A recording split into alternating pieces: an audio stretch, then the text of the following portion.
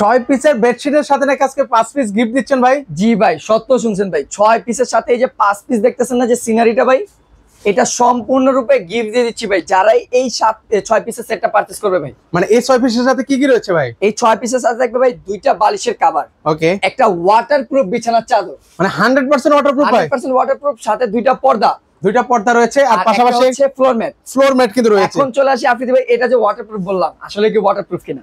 এটা হচ্ছে পানি নিয়ে নিলাম ভাই।